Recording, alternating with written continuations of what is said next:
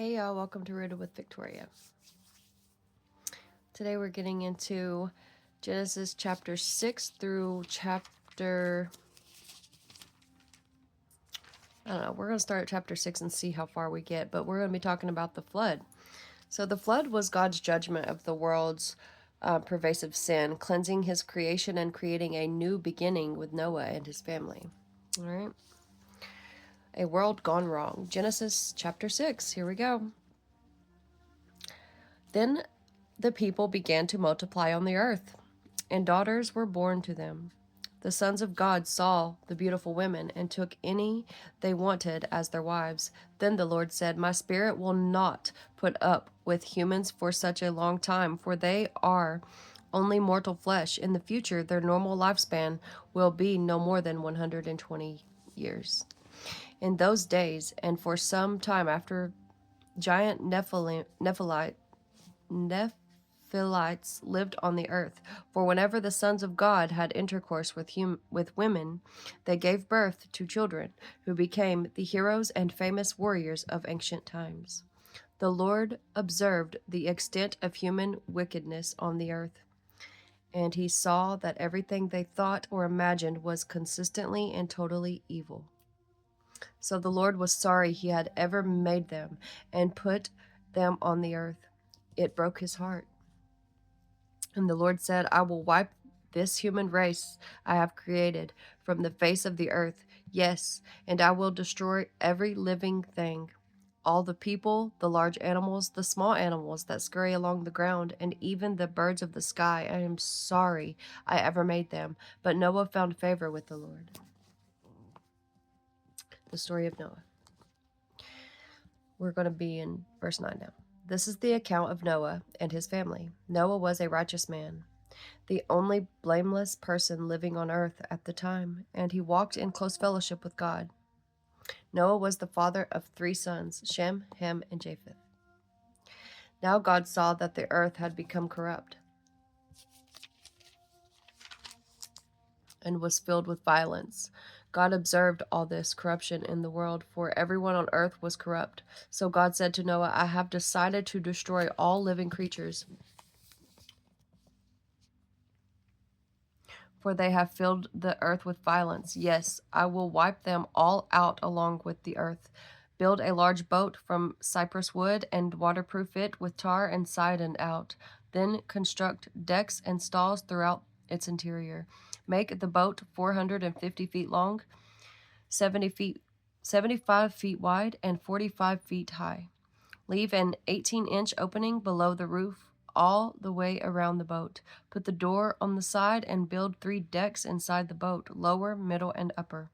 Look, I am about to cover the earth with the flood that will destroy every living thing that breathes. Everything on earth will die. I will confirm my covenant with you, so enter the boat, you and your wife and your sons and their wives. Bring a pair of every kind of animal, a male and a female, into the boat with you, to keep them alive during the flood. Pairs of every kind of bird and every kind of animal and every kind of small animal that scurries along the ground will come to you to be kept alive. And be sure to take on board enough food for your family and for all the animals. So Noah did everything exactly as God had commanded him. All right, we're in Genesis chapter 7. The flood covers the earth. When everything was ready, the Lord said to Noah, Go into the boat with all your family, for among all the people of the earth I can see that you alone are righteous.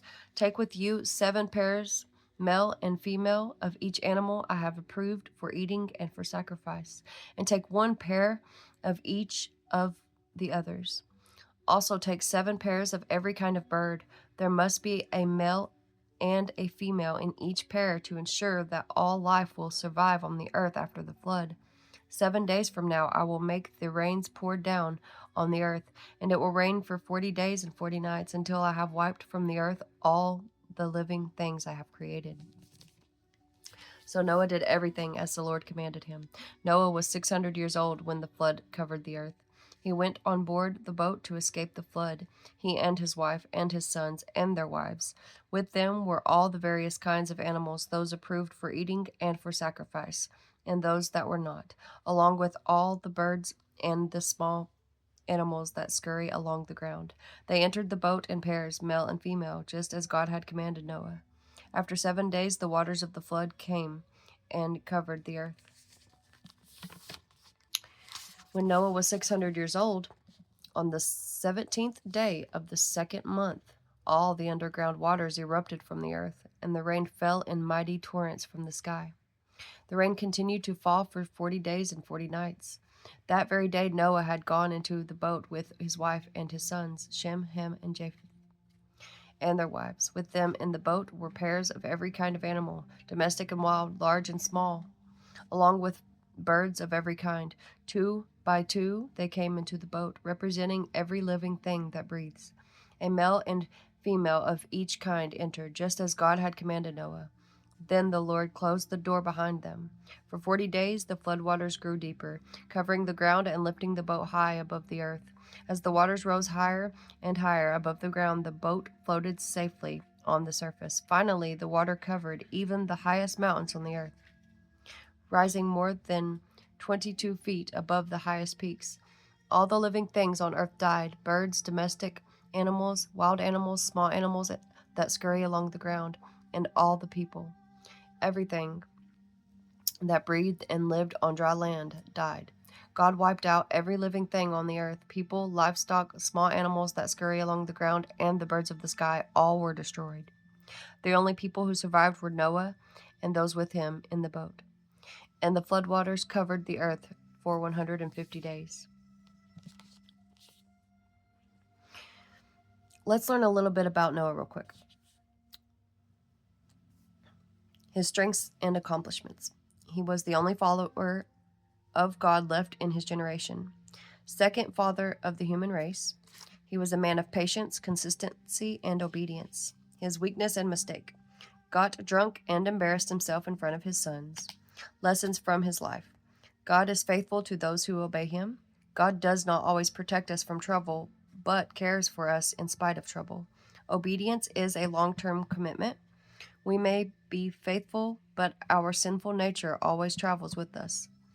His vital statistics. Where? We're not told how far from the Garden of Eden people had settled. Occupation: farmer, shipbuilder, preacher. His relatives: grandfather Methuselah, father Lamech, sons Ham, Shem, and Japheth. And the key verse to Noah: so Noah did everything exactly as God had commanded him. Genesis chapter 6, verse 22. All right. Now we're going into Genesis chapter 8, verse 1.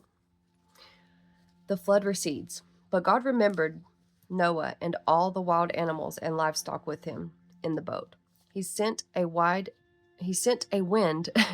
to blow across the earth. I'm sorry, I get tongue-tied sometimes and I just think faster than I talk. I don't really know. Or I talk faster than I think. See? All right. Anyways, he sent a wind to blow across the earth, and the floodwaters began to recede. The underground waters stopped flowing, and the torrential rains from the sky were stopped. So the floodwaters gradually receded from the earth. After 150 days, exactly 5 months from the time the floods began, the boat came to rest on the mountains of Ararat. 2.5 months later, as the waters continued to go down, other mountain peaks became visible. After another 40 days, Noah opened the window he had made in the boat and released a raven. The bird flew back and forth until the floodwaters on the earth had dried up. He also released a dove to see if the water had receded and it could find dry ground, but the dove could find no place to land because the water still covered the ground. So it returned to the boat, and Noah held out his hand and drew the dove back inside. After waiting another 7 days, Noah released the dove again. This time the dove returned to him in the evening with a fresh olive leaf in its beak. Then Noah knew that the floodwaters were almost gone. He waited another 7 days and then released the dove again. This time it did not come back. Noah was now 601 years old. On the first day of the new year, 10.5 months after the flood began, the floodwaters had almost dried up from the earth. Noah lifted back the covering of the boat and saw that the surface of the ground was drying. 2 more months went by, and at last the earth was dry. Then God said to Noah, "Leave the boat, all of you, you and your wife and your sons and their wives. Release all the animals, the birds, the livestock, and the small animals that scurry along the ground, so they can be fruitful and multiply throughout the earth." So Noah, his wife, and his sons and their wives left the boat, and all the large and small animals and birds came out of the boat, pair by pair. Then Noah built an altar to the Lord, and there he sacrificed as burnt offerings the animals and birds that had been approved for that purpose. And the Lord was pleased with the aroma of the sacrifice and said to himself, "I will never again curse the ground because of the human race, even though everything they think or imagine is bent toward evil from childhood. I will never again destroy all living things as long as the earth remains. There will be planting and harvest, cold and heat, summer and winter, day and night."